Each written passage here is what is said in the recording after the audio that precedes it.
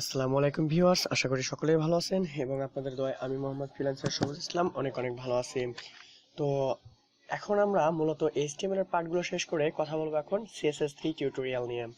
তো CSS3 tutorial নিয়ে কথা বলার আগে একটা কথা বলে নেই, আপনি যদি আমার চ্যানেলে নতুন হয়ে থাকেন তো অবশ্যই সাবস্ক্রাইব করুন এবং পাশে থাকা বেল বাটনটি অবশ্যই বাজিয়ে দিবেন। তো আমরা এখন শুরু করতেছি আমরা HTML শেষ করার পরে আমরা এখন শুরু করব CSS3 টিউটোরিয়াল। তো CSS3 টিউটোরিয়ালে আমাদের থাকতেছে ফুল কোর্স এবং এই CSS এর সপ্তাহে থাকবে সবচেয়ে বেশি ভিডিও এবং CSS এর আদার্স ফিচার্স এবং একটা ওয়েবসাইট সম্পূর্ণভাবে ডিজাইন করার জন্য যে CSS3 ইউজ করা হয় সেটা আমরা সম্পূর্ণভাবে আপনাদেরকে ডিসপ্লে করে দেখানো হবে। তো আজকে আমরা মূলত কথা বলতেছি CSS3 টিউটোরিয়াল 1 এ।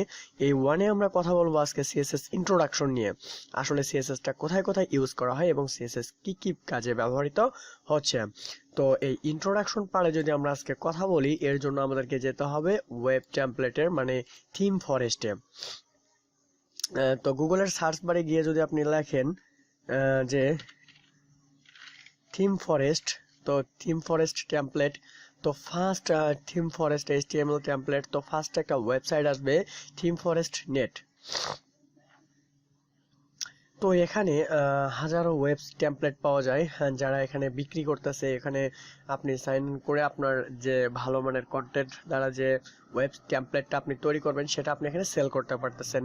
তো এখান থেকে আমরা HTML টেমপ্লেটে গেলে বিভিন্ন ধরনের টেমপ্লেট পাবো, মোবাইল টেমপ্লেট, বিভিন্ন ধরনের টেমপ্লেট পাবো। তো আমরা যে কোনো একটা টেমপ্লেট ভিউ করে আসি, দেখি কিরকম কিরকম টেমপ্লেট তারা সাজেস্ট করতেছে।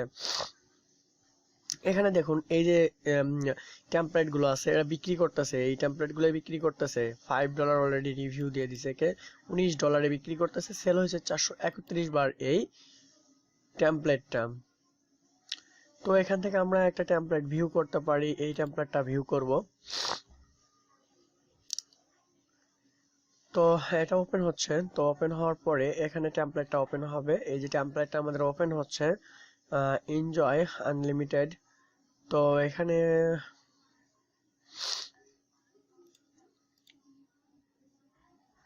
লাইভ প্রিভিউতে যাব।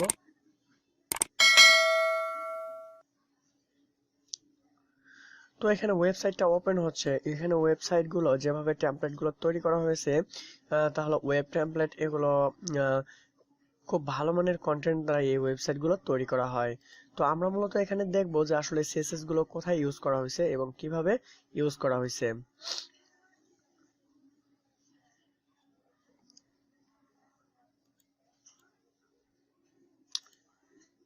একটু ওয়েট করতে হবে, সো নেট প্রবলেম। এই যে ওয়েবসাইটটা ওপেন হয়ে গেছে। তো দেখুন কি সুন্দর একটা নেভিগেশন বার তৈরি করা আছে, এখানে ভিডিও ইমেজিং দেওয়া আছে, বর্ডার রেডিয়েন্স দিকে কত সুন্দর মানে করা আছে, এখানে হভার ইফেক্ট, এগুলো কত সুন্দর একটা লোগো দেওয়া আছে, হোম, অ্যাবাউট, এগুলো এখানে ইউজ করা হয়েছে। তো এখানে ক্লিক করলে এটা চেঞ্জ হচ্ছে, ভিডিওটাতে প্লে করলে ভিডিও হবে। এগুলোতে একটু একটু হভার ইউজ করাটা ভালো ছিল, হভার ইউজ করে নাই। ওকে, এগুলোতে এই যে একটু একটু হভার ইউজ করা হয়েছে, এই যে হভার গুলো ইউজ করা হয়েছে, এগুলো হচ্ছে CSS এর প্রপার্টি। এটা একটা বাটন ট্যাগ দিয়ে বাটন তৈরি করা হয়েছে মূলত। এখানে এই যে এগুলো আপনার হচ্ছে 3D অ্যানিমেশন, এখান থেকে আপনি দেখতে পারতেছেন এগুলো 3D অ্যানিমেশন। ব্যাকগ্রাউন্ডে ইমেজ ইউজ করা হয়েছে, এগুলো CSS এর প্রপার্টি দিয়ে ব্যাকগ্রাউন্ডে ইমেজ ইউজ করা হয়েছে। এই একটা ওয়েবসাইট, এখানে ইউটিউবের ভিডিওগুলো আপনাকে দেখানো হচ্ছে। তো এগুলোতে একটু করে হভার দেওয়া আছে টেক্সটের ভিতরে। তো এইভাবে ওয়েবসাইটটাকে তৈরি করা হয়েছে। তো এরকম ওয়েব টেমপ্লেট আমরা তৈরি করতে পারবো, কোনো সমস্যা নেই। এরকম ওয়েব টেমপ্লেট তৈরি করে আপনাদেরকে দেখানো হবে। এই যে CSS গুলো ইউজ করা হয়েছে, তো একটা CSS বিহীন একটা ওয়েবসাইটের কি অবস্থা হয়, তো চলুন আমরা কিছুক্ষণের জন্য দেখে আসি। তো ইন্সপেক্ট এলিমেন্টে যাব। যাওয়ার পরে আমরা উপর থেকে শুরু করব। ফার্স্ট ডিআইভির যে CSS গুলো আছে এগুলোকে আমরা উঠে দেওয়া শুরু করব। তো হেডারের ভিতরে যে সেকশনটা আছে এখানে মনে করেন চেঞ্জ হওয়া শুরু হয়ে যাবে।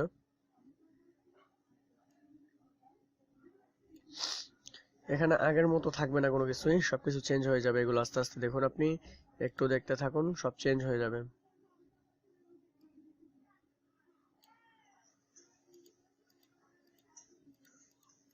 আমরা CSS এর প্রপার্টি গুলো উঠাই দিচ্ছি এখান থেকে।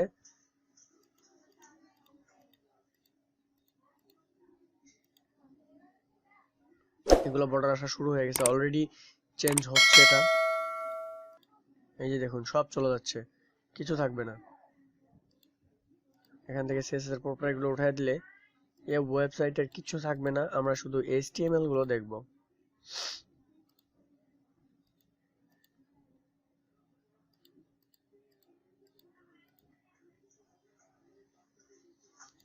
কনসোল নেটওয়ার্ক,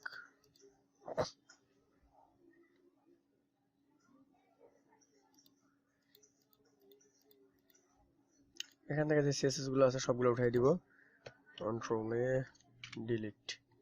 ওকে, দেখেন এই যে বারটা কই চলে আসছে, ঠিক আছে। তো এইভাবে পরের যে ডিআইভিটা আছে এটার ভিতরে যে সিএসএস গুলো ইউজ করা আছে সেই সিএসএস গুলো আমরা ডিলিট করে দিব। এখানে 174টা আছে, আমি এটাকে ডিলিট করে দিলাম সিএসএস টাকে। দেখছেন নেভিগেশন বার চলে গেছে, কিছু নাই।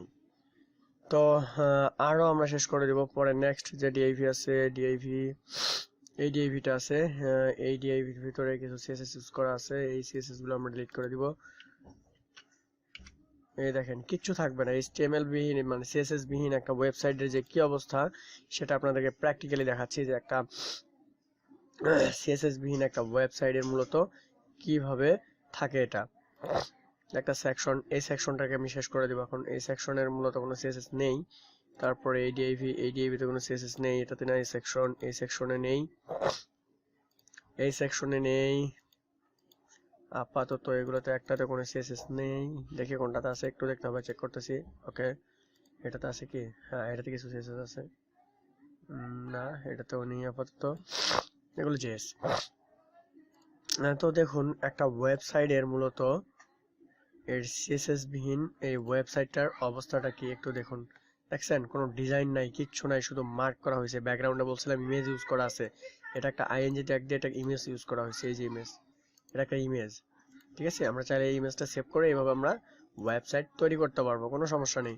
এখানে একটা ইমেজ ইউজ করা হয়েছে, তারপর হচ্ছে আপনার এখানে একটা ইমেজ ইউজ করা হয়েছে, ঠিক আছে। একটা নিউ ট্যাব ওপেন করবেন, এটাকে সেভ করে দিয়ে দিবেন, কোনো ব্যাপার না, সবকিছুই সম্ভব। সো এগুলো ইমেজ ইউজ করে করে কাজ করা হয়েছে। তো এই যে এটার ব্যাকগ্রাউন্ড একটা আমরা স্লাইডার তৈরি করা শিখবো, তখন এটা ব্যাকগ্রাউন্ডে একটা স্লাইডার আছে, স্লাইডার জেকেবি এবং জাভাস্ক্রিপ্ট দ্বারা তৈরি, এজন্য স্লাইডারটা আমরা আগে তৈরি করা শিখতে হবে। এই স্লাইডারটা কোনো সিএসএস ইউজ করা আছে আলাদাভাবে, এই জন্য এটাকে জাভাস্ক্রিপ্ট দ্বারা কল করা আছে, যে এই সেকেন্ড পর পর আমার এই ইমেজটা আসবে, এই সেকেন্ড পর পর এই ইমেজটা আসবে, ঠিক আছে। এগুলো আমরা শিখবো। আর নেক্সট টিউটোরিয়ালে যখন জাভাস্ক্রিপ্ট শিখবো তখন আমরা এরকম ফুল তৈরি করা শিখবো। তো এখন বুঝতে পারতেছেন যে সিএসএস আসলে কি বিষয়ে কাজ করে এবং সিএসএস কি জিনিস, তাহলে সিএসএস কতটা গুরুত্বপূর্ণ। এখন যদি আমি সাইটটাকে লোড দিলে দেখতে পারবেন আবার যে আগের পুনরায় জায়গা, সেই জায়গায় ফেরত চলে আসবে। এই দেখুন কি সুন্দর এখন, তাই না? কি সুন্দর চলে আসছে সবকিছু, রাইট? ওকে, এটাই হচ্ছে সিএসএস এর ব্যবহার। তো আমরা সুন্দরভাবে এভাবে ওয়েবসাইট তৈরি করব এবং জাভাস্ক্রিপ্ট দ্বারা এদেরকে কল করব যে কত সেকেন্ড পর পর তোমরা আসবে, চেঞ্জিং হবে। এরকম সোশ্যাল মিডিয়ার আইকনগুলো আমরা ইউজ করব এবং সেগুলোকে সুন্দরভাবে কালার দিব, ফন্ট চেঞ্জ করব, ফন্টের কালার চেঞ্জ করব, ফন্টের হাইট উইথ লেন্থ সবকিছু সিএসএস এর প্রপার্টিতে আমরা ইউজ করব। তো ইন্ট্রোডাকশন বলতে আজকে এইভাবেই আমরা মূলত সিএসএস এর দিকে এগিয়ে যাব। তো সিএসএস এর যে মেইন বিষয়গুলো সেগুলো হচ্ছে এভাবে আমরা একটার পর একটা শিখতে থাকবো। এবং সিএসএস ছাড়া একটা ওয়েবসাইটের ডিজাইন করা মোটেও সম্ভব নয়। সিএসএস এবং বুটস্ট্র্যাপ দ্বারাই ওয়েবসাইটগুলোকে রেসপন্সিভ এবং ডিজাইন করা হয়। আপনি যে টেমপ্লেটই দেখুন না কেন, সেই টেমপ্লেটেই সিএসএস বিহীন ওয়েবসাইটের অবস্থা আপনি বুঝতে পারবেন। ইনস্পেক্ট এলিমেন্টে গিয়ে ওয়াল প্রপার্টির সিএসএস গুলো ডিলিট করে দিলেই আপনি বুঝতে পারবেন যে এই ওয়েবসাইটে কি বিষয় আর কি আছে। হ্যাঁ, এই যে দেখুন এটা কত সুন্দর ডিজাইন করা হয়েছে ওয়েবসাইটটারে, কি সুন্দর, তাই না? Wow, amazing. Background image use করা হয়েছে এখানে। এটা ইনস্পেক্ট এলিমেন্টে যাবেন, ইনস্পেক্ট এলিমেন্টে যাওয়ার পরে এখান থেকে একটা করে ডিএবি ধরবেন আর সবগুলো ডিলিট করে দিবেন। এখানে যাবেন, কন্ট্রোল এ ডিলিট, এই যে চলে যাচ্ছে, কি অবস্থা দেখছেন? কন্ট্রোল এ ডিলিট, কিছু নাই, সব চলে গেছে, শুধু সিএসএস এর প্রপার্টি, কিছু নাই ওয়েবসাইটে। দেখছেন আছে কিছু? কিছু নাই। তাহলে সিএসএস এর প্রপার্টি সবচেয়ে গুরুত্বপূর্ণ একটা ভূমিকা পালন করে। এটা আমাদের মেনু বারের মতো তৈরি করছে আর কি, রেসপন্সিভ করা আছে। তাহলে সিএসএস ছাড়া একটা ওয়েবসাইট রেসপন্স হতে পারে না। সিএসএসই সবকিছু। আসলে আপনাদেরকে হাতে কলমে এবং প্র্যাকটিক্যালি আমি দেখালাম যে আসলে সিএসএসটা কি জিনিস এবং কিভাবে ইউজ করা হচ্ছে সিএসএস এর প্রপার্টিগুলো। তো ভিউয়ার্স, আমরা নেক্সট টিউটোরিয়ালে শিখতেছি সিনট্যাক্স, সিএসএস এর সিনট্যাক্স শিখবো। তো আজকের টিউটোরিয়ালটা এই পর্যন্তই। যদি ভালো লেগে থাকে তো অবশ্যই লাইক, কমেন্ট এবং শেয়ার করতে ভুলবেন না।